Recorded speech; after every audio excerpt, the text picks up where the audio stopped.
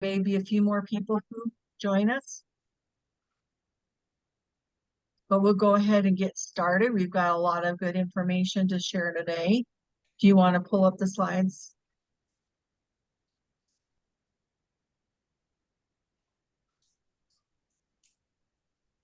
Hello, everyone. Again, we're meeting for our learning collaborative on the national strategy. And today, our agenda is going to be pretty full of some good, hopefully good information. And one of the things that we want you to remember to do is to put your name and state and organization in the chat if you haven't already done so. We'll go over the agenda here for just a moment. We're going to be discussing today personal ecology, resilience, discipline, and self-care. And of course, we have a lot of exciting announcements, so we want to make sure that we give some time to Jill to begin with some announcements before we get into our discussion material for the day. Jill?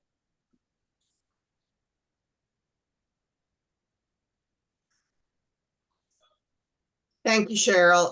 I do have quite a few announcements today. Don't worry about taking notes because I will put all the links in the chat, and you'll also have a copy of the slides that have all the links. Some of you may have seen this first announcement via an email that I sent around earlier this week. This is very exciting. AmeriCorps Seniors RSVP program has a funding opportunity announcement open right now. And what was most exciting about it is that one of the funding priorities, and there are several, but one is on supporting older adults and their caregivers through caregiver respite, system navigation, care coordination. So it seems perfectly aligned with the work that a lot of you are doing. So I hope you'll seriously consider applying for these funds. I mean, I heard personally from Natalia Sergi, who is the director of AmeriCorps Seniors, from her office, letting me know that they're really interested in respite.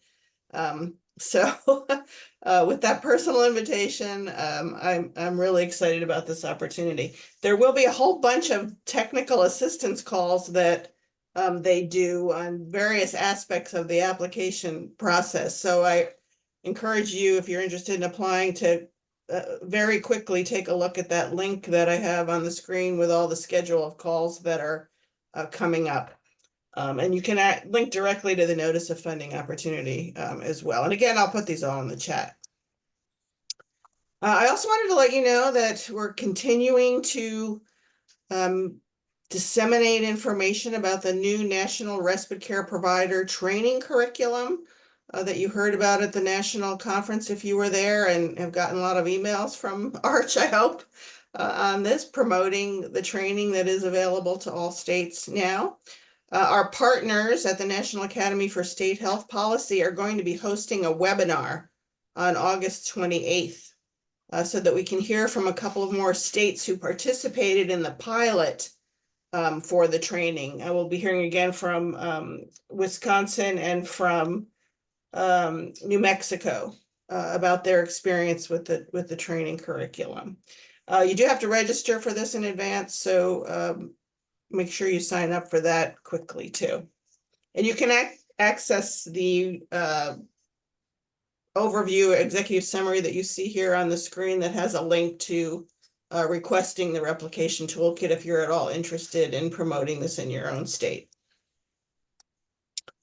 Of course, Susan and I decided this week that it's time for us to open up the national call for 2025 innovative and exemplary respite services. So we will be doing that again in the next couple of weeks, hopefully by September 1st. So if you yourself represent what you think might be an innovative and exemplary service and you meet our inclusion criteria for that, please consider applying. If you're a grantee or a coalition and perhaps you know of programs in your network that would meet these criteria, please encourage them to do a little bit more research on this and consider applying. And we will be doing an information session. Susan will be doing that in early September, probably the first week of September. And we'll let you know that very soon. But if you want to read just more about the initiative, and the selection process, there is a link here for this as well. Again, those of you who were at the conference heard about our 2025 National Lifespan Respite Conference. Raise and Engage launched Respite Now that we're going to be co-hosting with Alabama Lifespan Respite in April 1st through 3rd next year. And we're really, really excited about working with them and about the next iteration of this conference. We'll continue to build on what we're doing to advance the national strategy, but we'll be exploring lots of other avenues that improve respite services as well. And we do have a conference website up, as you see the link now. There's not much information on it yet, but I really wanted to let you know and alert you to that the call for presentations will also be opening in the next couple of weeks. And we're going to cut that off October 1st. So there isn't going to be a lot of time to submit your proposal. So you want to start thinking about that now. And hopefully we'll get that call for presentations out within the next week or two. And you'll be able to find it at this link on the screen. Oh, I don't know what that is. Excuse me, sir. Sorry about that. And then finally, I wanted to let you know that we did release the slides from the conference in May in New York. We do have the keynote speakers presentation slides and the breakout session slides. We hope to have recordings of the plenary sessions as well, but there was quite a bit of difficulty with the quality of the videos that we received, unfortunately. So we're having to do a lot of editing, but I hope that they'll be available very soon as well. And I think that's all my announcements. Does anybody have any questions? If you want to, if you need to unmute yourself.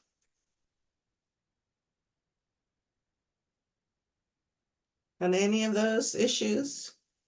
Send them into the chat if you have any questions, because this is a good opportunity to get those questions answered. So also we have prepared a short feedback survey on this learning collaborative to help us learn how well we've met your needs and interests on the work that you're conducting to implement the national strategy. And we've got a link here provided for your responses. And if you haven't done so already, hope you will find a few minutes, maybe even after this session, to complete and submit it. We appreciate your feedback, and it'll help us in our report to ACL on our activities. Our deadline for this survey is a week coming up, Friday, August 16th. So we hope you can find a moment in your calendar very soon. Right. Next slide, Jill. Okay, we're going to get into our discussion today on personal ecology. And I don't know if that's a term that people have heard before, but personal ecology is the process by which a person relates to the various groups to which he or she is a member. Work, family, community, clubs, hobbies, volunteerism, etc. And it's also an understanding of one's own individual health and well-being and the ability to practice self-care. It's vital to develop practices and build communities of support in our lives, organizations, and movements to truly transform ourselves and our community. In life, we learn and practice self-care and interpersonal skills that maintain our health and well-being. At work, we learn to stay grounded, effective, and grateful, even in times of great stress and difficulty. In leadership, we learn and apply key skills for development as community leaders in organizations and movements. Leaders tell themselves, if I'm not well, we're not well. If I'm not well, I can't take care of my organization or community or family. Like they say on a plane, you put your oxygen mask on first before assisting others. These may be hard times to lead in, or there may be rapidly changing times ahead, and we need to be ready for them. So if we as leaders are showing up to the office raggedy and exhausted, yet preaching the values of self-worth and rest and reflection and while encouraging respite, nothing will improve. Rather than working harder to keep up with the pace of things, true leadership will take the courage to invest in ourselves first, prioritize, and learn to say a gracious no on occasion so we can be fully present and engaged in the work of carrying out our missions.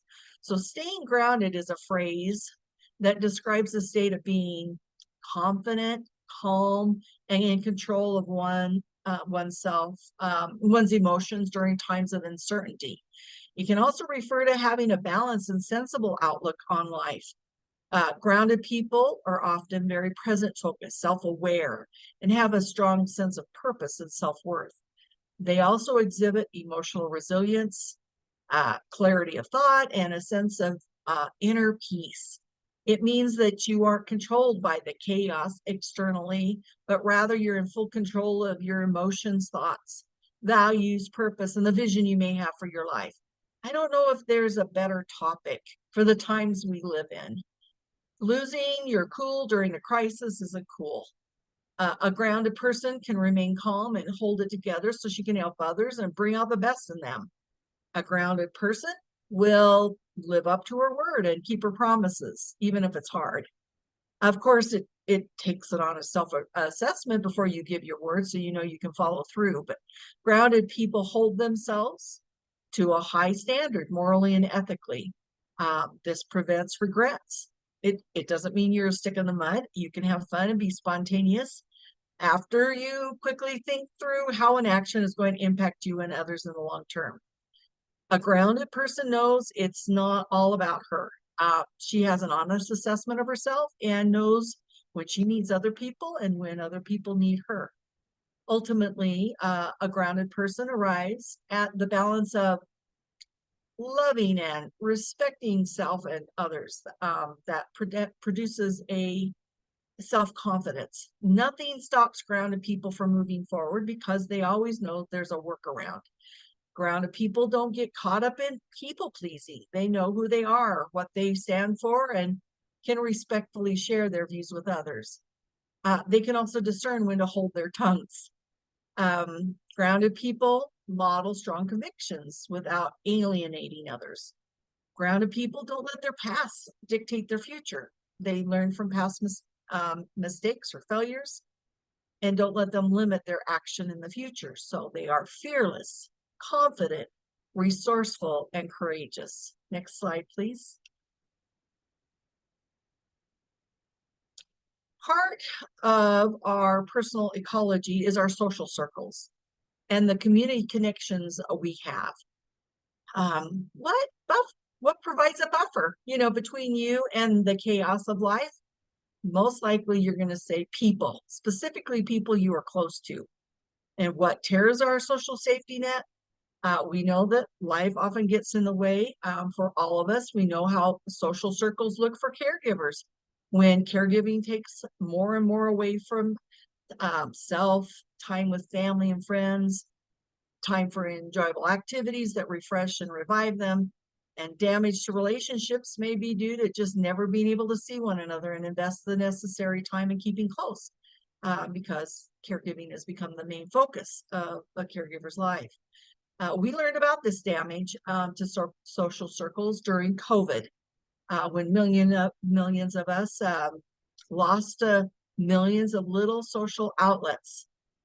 And our society saw record calls on suicide hotlines, spikes in domestic violence, alarms raised on pretty much every mental health measure we track on depression, anxiety, eating disorders, etc. People who don't have strong social support mechanisms, think those trusted friends and family members persistently experience poor outcomes in times of stress. In times of uncertainty, we're more likely to crave the reassurance of connection. So getting back to these circles, these connections are important for you as much as anyone. And so think of the friends in your life. You have a friend who is somebody who you like, respect, and trust, and who likes and respects and trusts you. who doesn't always understand you maybe, but accepts and likes you as you are, even as you grow and change, who allows you the space to change, grow, make decisions, and even make mistakes, who listens to you and cheers with you both in good times and bad times, who respects your need for confidentiality so you can tell them anything, who lets you freely express your feelings and emotions without judging, teasing, or criticizing, who gives you good advice when you want it and ask for it, assists in taking actions that will help you feel better, and works with you in difficult situations to figure out what to do next, who accepts you and your self-defined limitations and helps you to maybe remove them, who lets you help them when they need it, um, who you want to be with, but you aren't obsessively about being with them, who doesn't ever take advantage of you.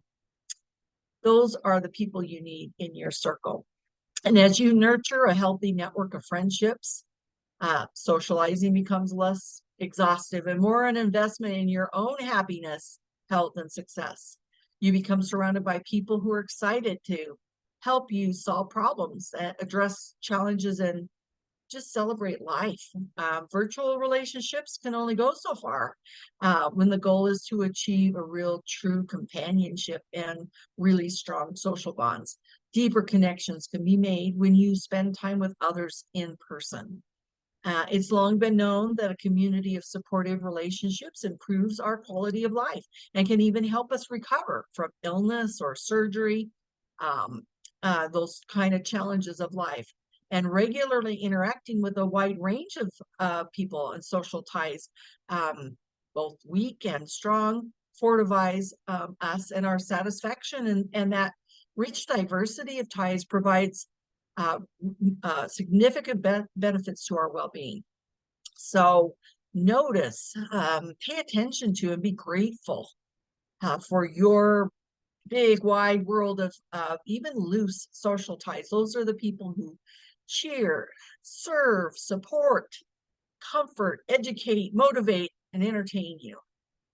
And of all of those connections, those matter, and so do you.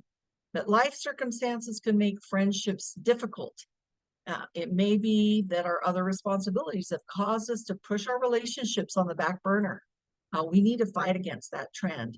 Sometimes losing a friend can't be helped. Factors over whether which neither of you maybe have any control can make it difficult to remain friends. Some of those might be that changes in where you live or work, illness or stress or other fears can get in the way. Poverty or the lack of money can interfere with friendships. Differences in expectations, changes in needs and interests, a lack of transportation can get in the way. So if losing friends is a given, you always need to be building relationships. Hopefully you realize how protective and supportive friends are in your personal ecology. Next slide, please. All right. What is resilience on any journey? And every national strategy goal is a journey. There will be setbacks. You'll make a mistake. Something unexpected will happen, or circumstances will change. You must be able to recover from these setbacks. That is what resilience is. Resilience is the ability to become strong again after something bad happens. Resilience is the ability to move through and grow from difficult times. And it's a skill you develop over time from the lessons and experiences you absorb as you grow up and face challenges. Resilience means being able to cope with tough events. When something bad happens, you still may feel anger or grief or pain, but you're able to keep going, both physically and psychologically. Resilience isn't about putting up with something tough or coping on your own. In fact, being able to reach out to others for support is a key part of being resilient. When you have resilience, you harness an inner strength that helps you rebound from setback or challenge, such as a job loss, an illness, a disaster, or a loved one's death. If you lack resilience, you might get stuck on problems or feel like a victim. You might feel burdened or turn to ways to cope that aren't healthy, such as drug and alcohol use, eating disorders, or other risky behaviors. So resilience won't make your problems go away, but resilience will help you see past them, find ways to enjoy life, and better handle stress. If you aren't as resilient as you'd like to be, you can learn skills to become more resilient. Resilience can help protect you from mental health conditions such as depression or anxiety. If you have a mental health condition, being resilient can help you cope better. Building resilience isn't always straightforward, and certain experiences can make it more difficult. Chronic physical or mental health conditions can drain your resilience, so it's important to recognize the extra challenges they bring. Strained relationships, difficult relationships with family or friends can impact your resilience. Loneliness, feeling alone can hinder resilience.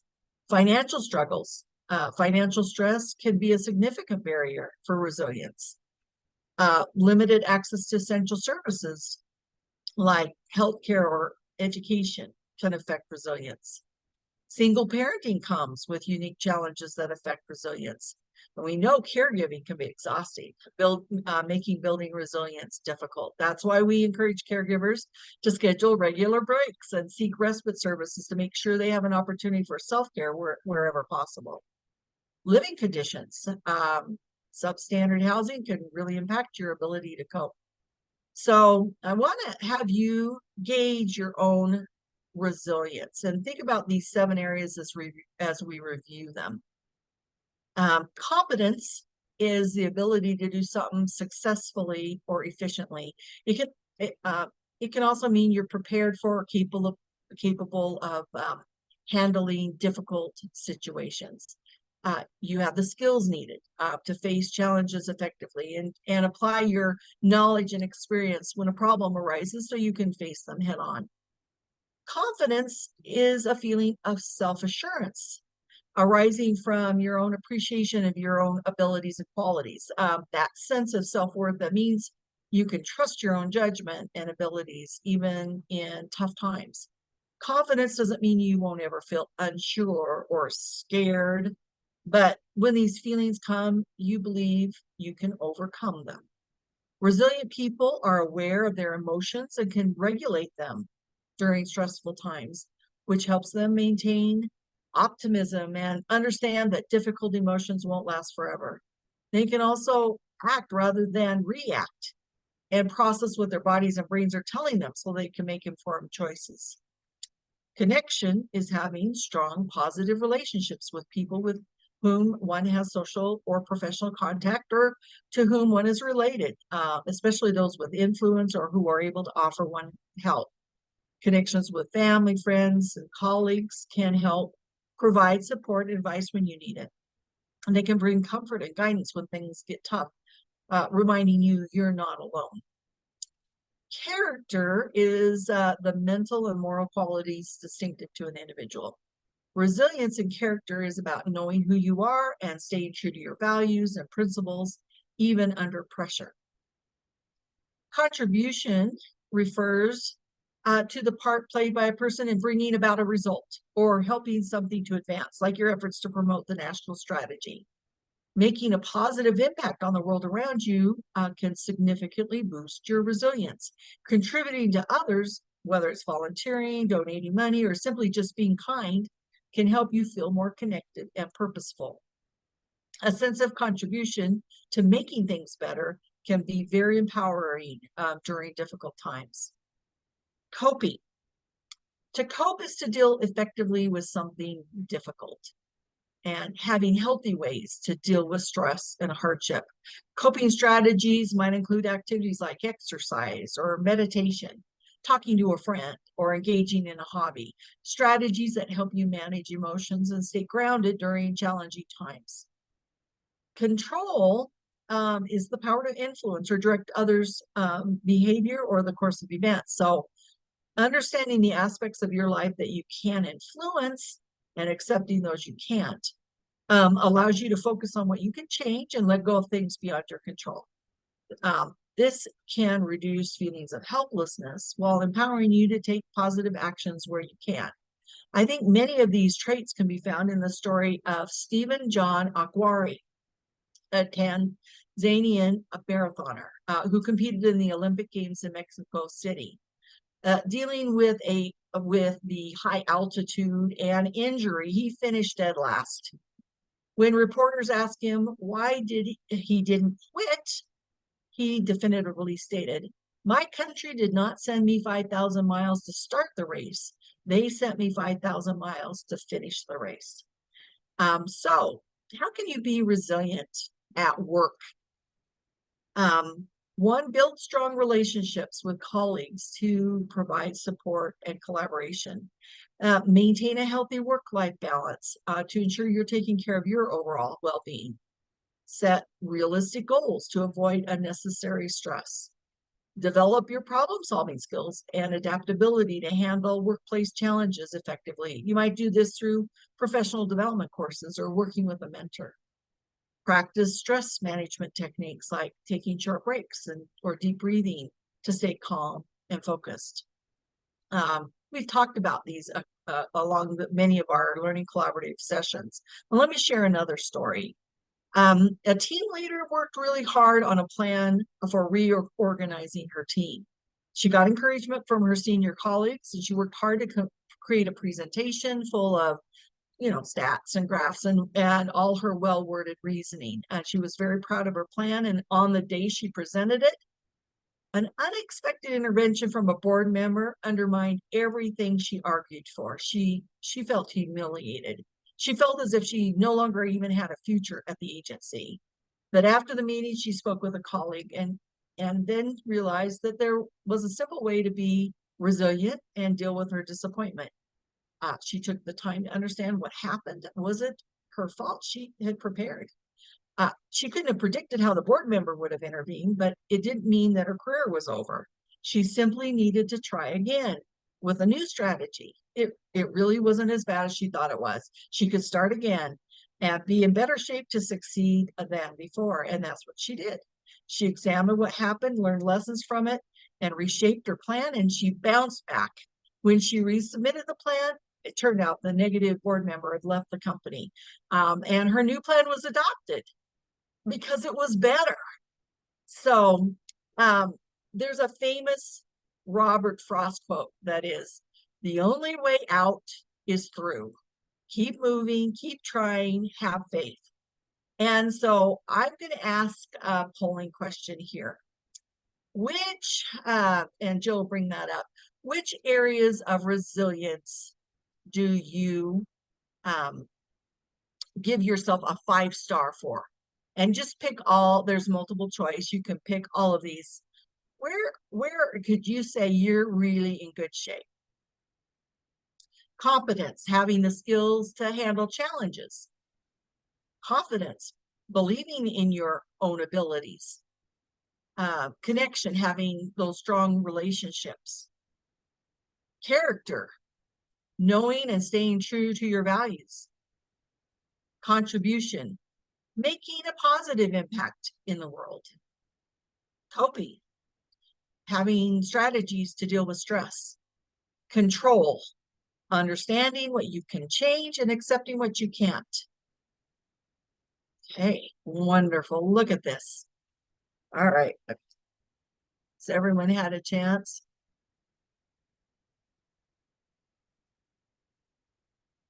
Give you a second. If you haven't completed it, all right. 73%. Excellent. 64% on confidence. 64% on connection. 91 on character. Thank you. 73 on contribution and 45% on coping. So that's our area of greatest struggle, I guess, where we can't give ourselves maybe a full 5. Hopefully the rest of our session today will help us to reach that. But I'm glad to see that we're so strong in our resilience. That's really important to the work that we have ahead. All right. Did everyone get a chance to see that? I can't tell from my end. Did you all see it? Hopefully. Okay. Yes. Okay, wonderful. All right, we'll get back to our slides. Jill, can you move it to the next one? Okay, yeah, I expected that this group had strengths because they're going to probably need to be tapped in challenging times that may lie ahead. And I also know we probably need to be stronger in some areas than we are. And so hopefully we can move into this next slide and prepare for our discussion groups. And as we break into groups, let's identify a relatively recent change in your life. What new opportunities or learning experience has it brought you? Did it change your resiliency in any area? What did you do about that, if so? Also, think about how you've coped with troubles in the past. When something goes wrong, do you tend to bounce back or fall apart? Maybe you've had a little experience with both. What has helped you to get through those tough times? And how do you maintain a sense of success and purpose every day? Obviously, that's important as we move forward on our missions. And what might become possible with your time when you put your phone in airplane mode and turn it off? So as we go and break out into these groups, facilitators, please remember to hit that record button.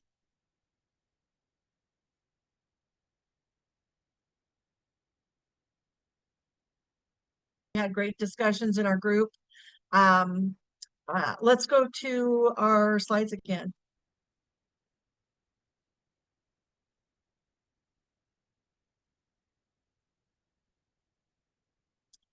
All right. So self-discipline. Self-discipline is the ability to control your thoughts and emotions or actions to achieve a goal, even if you're faced with temptation. It's also known as self-control, willpower, restraint, persistence, and determination. Willpower is more like a sudden burst of energy, really concentrated effort. And in the moment, it may seem more tangible and seemingly more powerful. But the reality is that the power of self-discipline dwarfs that of willpower. Say, if your goal is to lose 20 pounds, willpower will help you walk past that plate of donuts. Self-discipline would have you walking past them every single time. Willpower will have you at the gym at 5 a.m. on January 2nd after you've made your New Year's resolutions. Self-discipline would have you getting up for the gym every day that follows. So self-discipline can be used in many areas of life, including personal, social, and professional. For example, you might practice self-discipline by sticking to a diet and exercise plan, or being polite to somebody who often upsets you, or just managing your time better at work. Self-discipline is the ability to push yourself forward, stay motivated, and take action regardless of how you're feeling physically or emotionally. Self-discipline doesn't mean you have to be rigid or inflexible. It's more about making conscious choices that align with your long-term aspirations. And that can mean saying no to instant gratification and focusing on the bigger picture. Self-discipline is not about being perfect, but making progress, even in small steps. It's a journey of continuous growth and self-mastery where you learn from setbacks so you can keep moving forward. And self-discipline becomes very powerful when combined with goal setting, your passions, planning. And I'm not going to spend a lot of time talking about self-discipline because I figure you've had some reason to work on yours, and I would just like to give you some tips. Struggling with discipline is a challenge many people face, and there are several reasons why you might struggle with self-discipline. It could be that your goals aren't clear enough. There's a lack of motivation. Your time management skills need work. You've fallen into unhealthy habits, or perhaps you have underlying mental health concerns. It's also possible you may be trying to change too many things at once. Self-discipline becomes a painful process then taking more time than you have the strength to move through without a reward to give you momentum. And seeing through the pain only happens when you shift your perspective of the reward, because it's the reward that creates the desire to continue regardless of how much pain you feel. The problem is you've usually attached a destination to the reward. You made the reward a place, a destination that it's going to take time to reach, leaving you really good at starting, but terrible at finishing. The secret to self-discipline is the reward you choose. And if you want to practice successful self-discipline, you must stop chasing that final reward and work to feel it. Kind of give yourself permission to stop doing things you hate and step into things you enjoy. Doing things you enjoy always increases momentum, increasing your energy and desire, increasing that self-discipline. So what are things you are forcing yourself into that you hate? Stop doing them and then uncover a new way to go about it, a method that you would enjoy.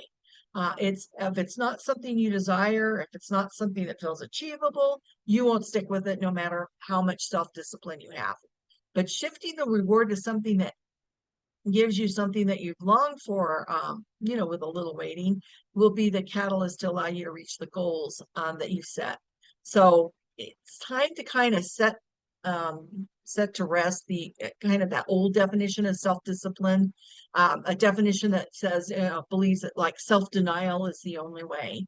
In fact, self-denial 100% of the time leads to, self-indulgence, emotional dysfunction, and self-destruction. You just can't do it that way. Instead, the secret of self-discipline is self-knowledge and enjoyment. Doing things you enjoy always increases momentum, increasing your energy and desire, and increasing your self-discipline. And motivate yourself to work by thinking about how you'll feel when you accomplish everything you want to do. Start by identifying the things that make you procrastinate and find ways to overcome them. Break down large tasks into smaller steps. Set realistic goals and reward yourself for your progress. Self-discipline is not about being perfect. It's about making consistent effort and gradually building momentum. Know what you like and don't like. Understand that your actions always produce a feeling. What fuels you? Doing more of these brings, a life with more ease and less pain, not because the pain doesn't exist, but you view it in a new way. So change your perspective from a destination to that feeling. What you want more than anything is to feel a different way and learn how to control that by daily action. Excuse me. Take action and then pay attention to the feeling. Once you start to experience the feeling, you'll want more of it. That's how desire is created. Don't dismiss how you feel, but use it to create more self-discipline. The truth is you're going to face and experience failure. But don't look at failure as a backward motion, but a forward growth. You're moving, you're growing, keep going. And learning how to improve self-discipline allows you to achieve your goals. It actually means getting to them faster. You are so capable of so much more than you give yourself credit for. You're capable of so much more than you have the energy for at this moment. It's not you that's the problem. It's your belief about what it takes. That is the only thing. That's the only thing standing in your way. When you're on a path to achieving your goals, you're feeling happier because you're making progress. Improving self-discipline is a major contributor to this. You're less likely to feel anxious. You're able to accomplish tasks on time and get more things done. This makes you more resilient as you navigate different circumstances, and you won't be as tempted to quit what you're working towards or slow down your progress. Life is challenging, so keep your end goal in mind without allowing yourself to forget where you started, and constantly remind yourself, especially when it gets hard, why and how you set this goal and what you want to achieve when you're done, and feel your progress from where you started. Next slide, please. Okay, so burnout is more than just a busy week at work. It's the long-term result of carrying continual stress, exhaustion, anxiety, or that even isolation. A practice is simply a habit that gives us energy and reminds us what matters most. And choosing a practice that replenishes you and commits you to doing it on a regular basis, maybe daily for a month, helps to make it a habit. Excuse me, I gotta take a drink of water here. So let's talk about a few strategies. Planning for breaks. Plan for breaks and what you'll do during breaks. Make space in your schedule for extended silence and time to just take discernment. Take a few days off maybe to remember what you love about your work and what makes you passionate about your cause. Taking the time to do these things can maybe feel selfish, but addressing your own needs will make you healthier, more effective agent for change, and give you the strength to continue your work for many years to come. So include breaks when you plan your day. When I look at my to-do list at the beginning of the day, I take into account those break times I need. And because there are times when I might need a break and it's not on my calendar, I try to anticipate that whenever possible. I give myself, space around projects, tasks, or meetings that I think will wear me out just in case I need it. And I also leave a little padding in my day every day. Even if I don't use it for a break, I'll wrap up my tasks earlier than I planned, which makes me feel very accomplished for the day. And that improves my self-discipline, and it gives me extra time to work on something else. If I'm taking a break from work, for obvious reasons, I try not to spend time at work. I work from home right now, but when I have an office, there are times when you can't actually leave the office, but you can still get away for a bit.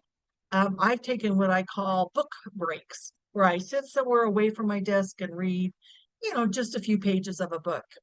Maybe you'll do a few exercises, listen to music, or do some meditation to help let your mind rest. Whatever you do, try not to use social media during your break. Social media is like junk food. It feels like it's filling you, but it's not. Have you ever felt overwhelmed by a goal? Like, how do I do this? I want to do this, but I'm just so overwhelmed. Just try 10-minute increments. I heard about a woman with chronic health problems who was an author, and she only felt well enough to work on it for about 10 minutes a day, every day. And she has written 23 books. And since then, I thought, okay, well, if I feel overwhelmed, I could do something for 10 minutes. And then when you see the results of that, just by trying to do what you can for a short period of time, makes a huge difference. So consider this. What's the overwhelming desire of your heart, and what can you do about it for just 10 minutes every day? Try not to do everything, but those 10-minute increments can add up, start to really make you feel, if you feel overwhelmed, maybe consider what's causing, find a simple way to make just incremental progress in that area. So I think that's a good way to maybe manage things that are stressful. I have another story for you.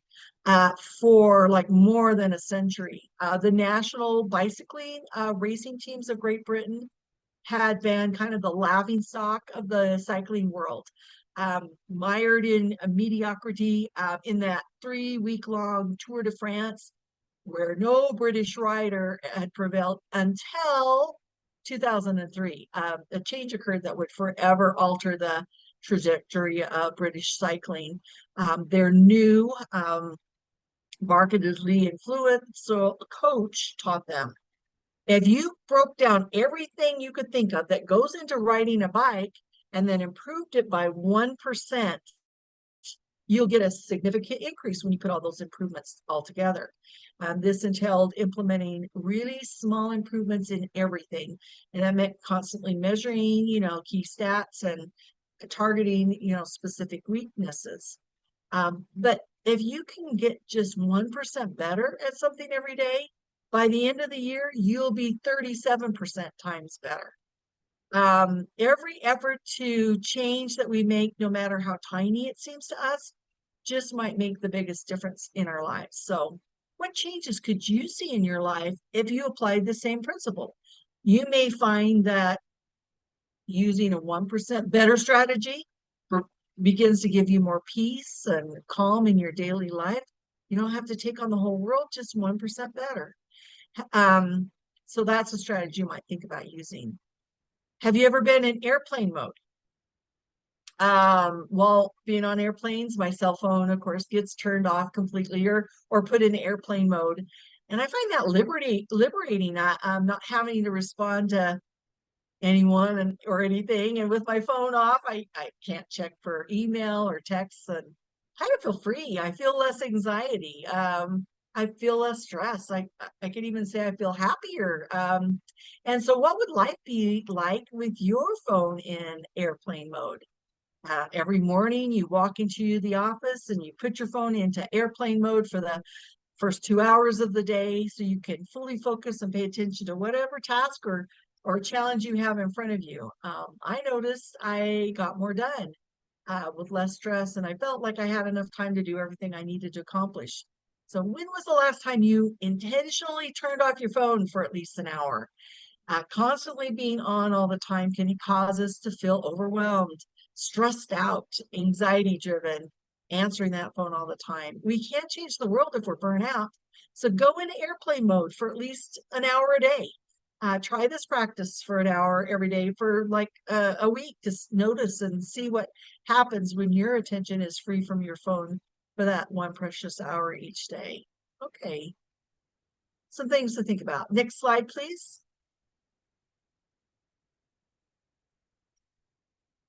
All right. The sense of purpose is the feeling that your actions are meaningful and contribute to something you care about. We talked about that in our discussion group. People with a sense of purpose feel like that what they do and who they are matters, and they may have a clear reason for what they want to do. Having a sense of purpose in what you do at work provides a sense of lasting fulfillment and is the most significant enabler of you being at your best. A sense of purpose enables you to get through harder times and persevere through adversity. Having a sense of purpose significantly benefits your health, your work performance, and ultimately your levels of flourishing. Seeing and understanding a clear organizational purpose linked to serving others also supports you as an individual. Each and every one of us can bloom where we're planted. Whatever our personal goals and dreams are, there's a way to bloom and achieve them. Blooming where we're planted sometimes includes surviving difficult times. It might be necessary to make choices on how to modify our environment in order to succeed. Time, patience, determination, and other variables might need to be adjusted so we can bloom to our full potential and, of course, bring joy to our lives. Of course, bloom where you're planted is great if you're happy with your life, but this idea can be a struggle if you're unhappy with where you are at life. Are there weeds choking you or limited resources preventing you from blooming to your full potential? Maybe you feel like you're in a job that keeps you stuck, or maybe your social life is feeling more toxic than fun or interesting. It all comes down to choices. If you don't like where you are, you get to decide if you want to uproot and move, and that could be figuratively and or physically. In any given situation, you can always change it, accept it, or resist it. And resisting is what's going to make you stressed, anxious, and overwhelmed. Are you insisting on resisting? Your environment gives you opportunities to grow, although sometimes those opportunities are not obvious. When things don't happen like you planned, a different perspective may be needed. Step back and try to look at the big picture. Everything you go through is a step in your journey. Your personal perspective of your circumstances plays an important role in your mindset, and therefore your ability to see the possibilities. When you step back and look at the big picture from a more objective view, it gives you the opportunity to see how, possibly surprisingly, your desires and challenges have all moved you forward in your journey. Each twist and turn of your journey can gift you with an experience that strengthens you. Setbacks and challenges can make your environment more rich in nutrients that for you to grow strong. Entertain the idea that a setback or a challenge is the perfect opportunity to bloom where you're planted in the most unexpected ways. So getting creative can mean a whole range of things, and changing your mindset is a first great step. Believe in yourself. Have an attitude of gratitude. Be optimistic. Overcome your fears. Focus on solutions, not the problems. Empower yourself.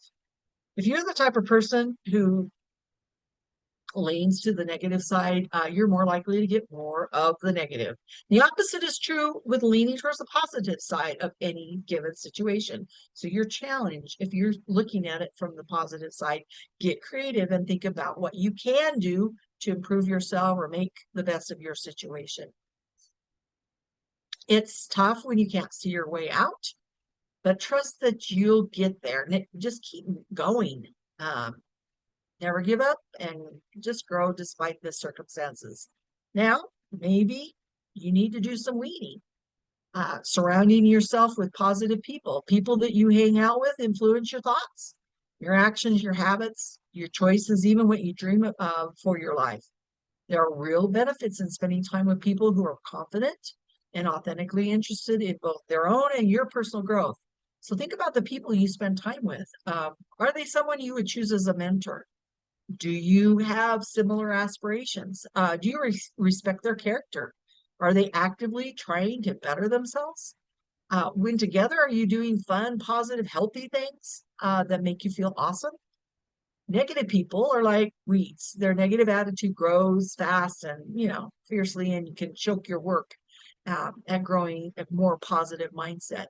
It might help you bloom if you spend less time with maybe someone in particular. Some people you can't eliminate from your life, but you can recognize how they negatively influence you and try to keep a healthy distance as possible. At times, you may feel like your dreams and goals are beyond your reach.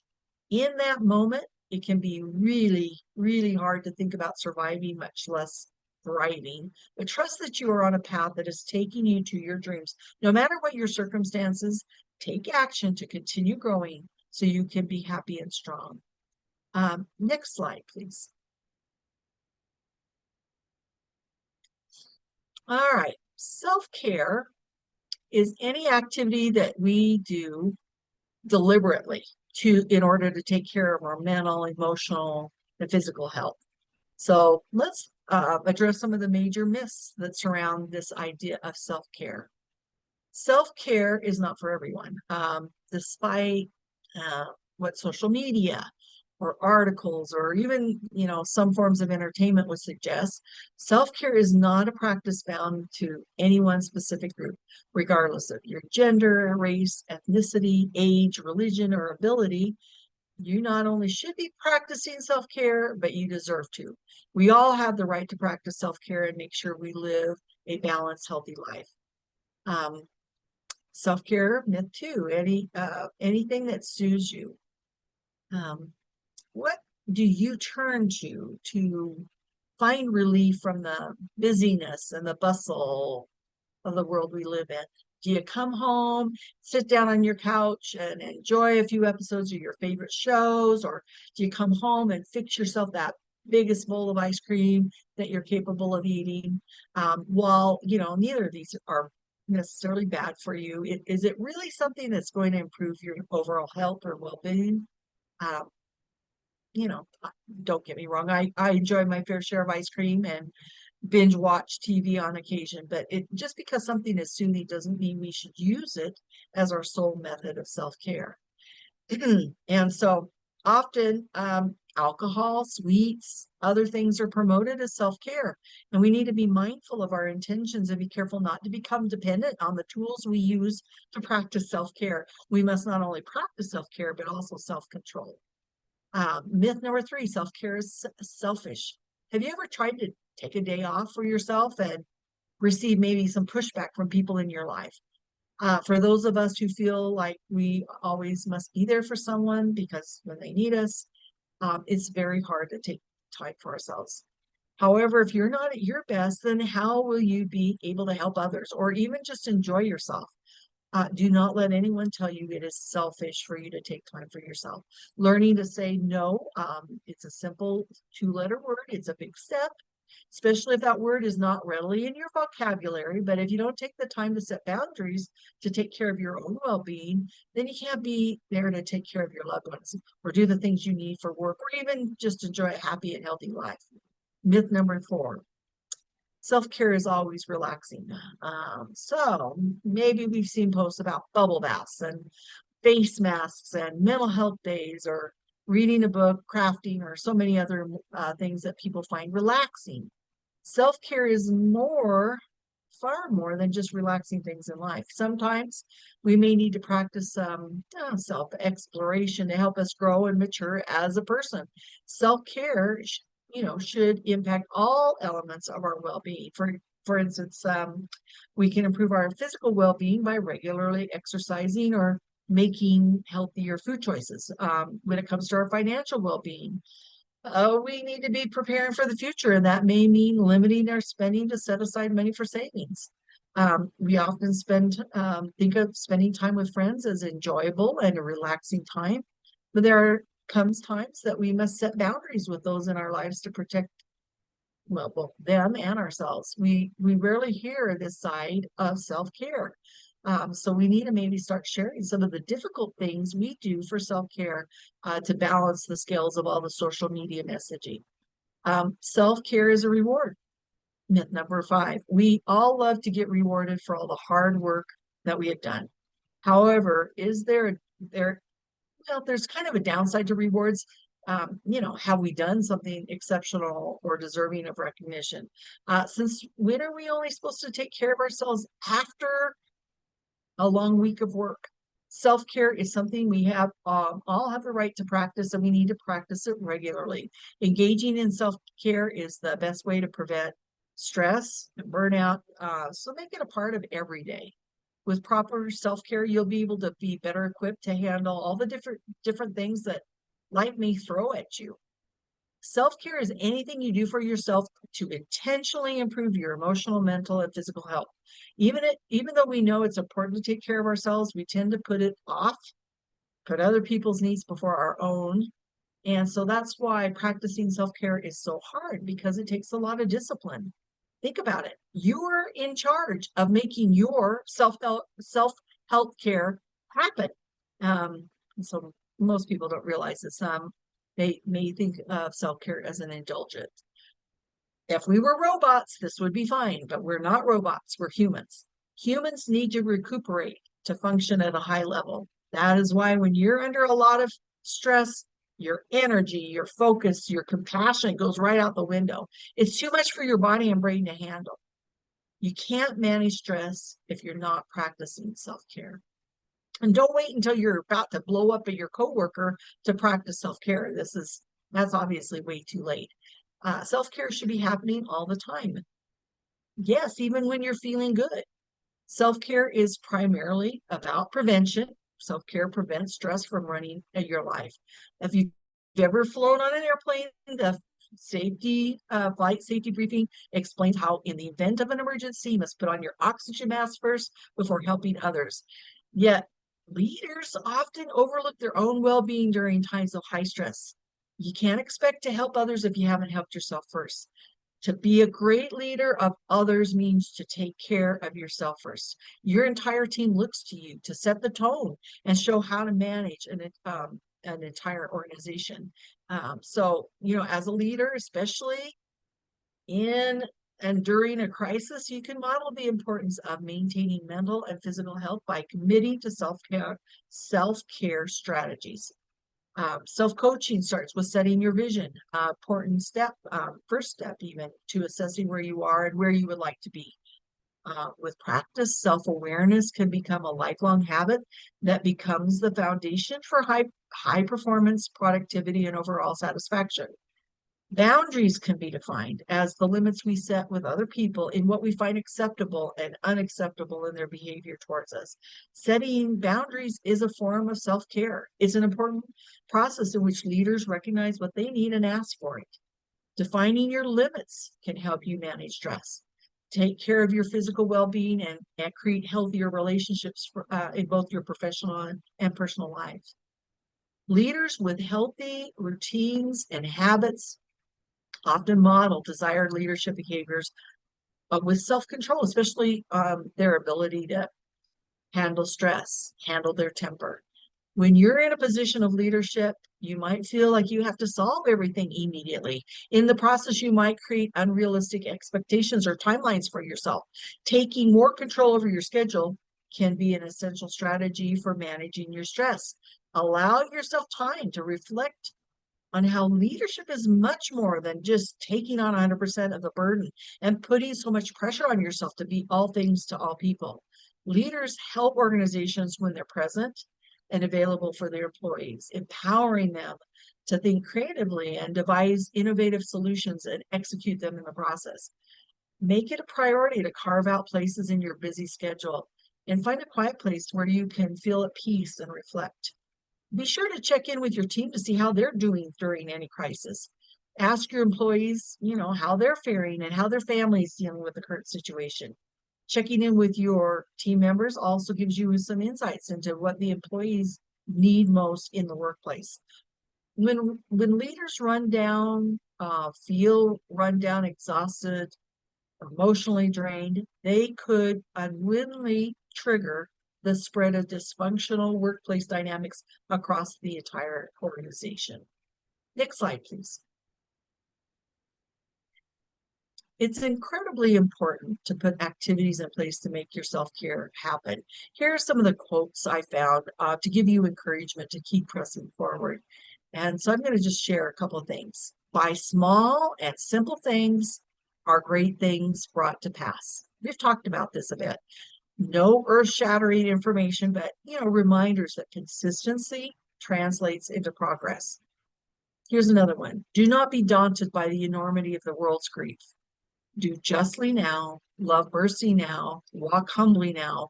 You are not obligated to complete the work, but neither are you free to abandon it. So that sense of just moving through it. This speaks to our leadership and our mission to support family caregivers. We are the team. Here's another one. You don't have to be perfect in order to be successful. Take that pressure off and just be 1% better each day. Movements are not goals. There are no finishing lines. Movements embody incremental gains that require consistent forward motion born out of actionable intentions. Creating sustainable movements requires widening our perspective of self-care. We've talked about incremental movement format. The national strategy could be considered a movement. Self-care will support our gains. There are 8 types of self-care, and we have a final polling question for you. And Jill will bring that up. So, do you prioritize, self-care in your life? Which areas should get more of your attention? And this is also multiple choice, but which area or areas should get more of your attention? Physical, which may be nutrition, exercise, sleep, seeing the doctor regularly.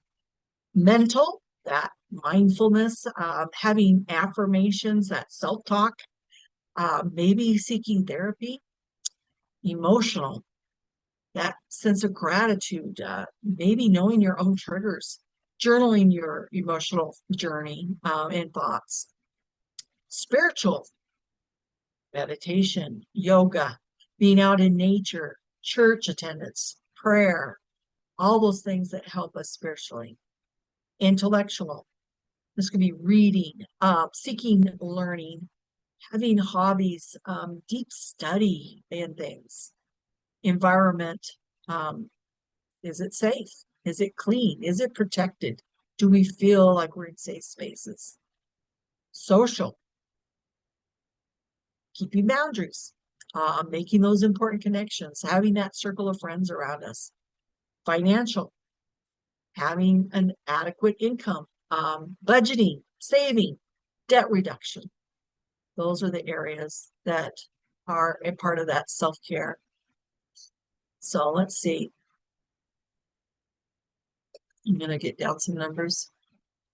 Think about those areas. What should get more attention?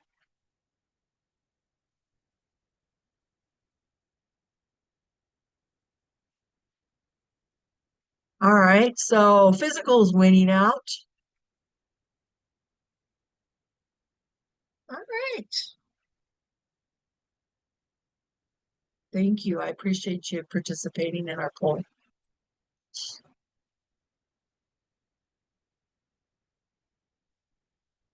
All right, so just to finish up today, I know that the national strategy is not the only focus of your work and activities, but you are trying to fit it in and build on what you've already done and seek those positive outcomes through your efforts on the goals and objectives that are laid out in the plan. It's my hope that, we can help you build your resilience and your self-discipline, so while also ensuring your self-care while engaged in this work. So I appreciate your participation today. Next slide, Jill.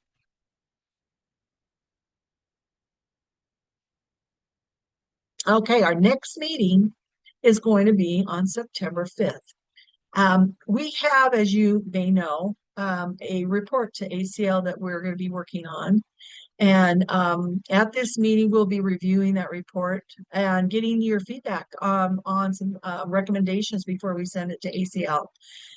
They've been asking for recommendations on improving respite based on the work that we're doing here in the Learning Collaborative. And so we may be discussing the next steps in Arch's plan for technical assistance and review upcoming opportunities in the planning stages.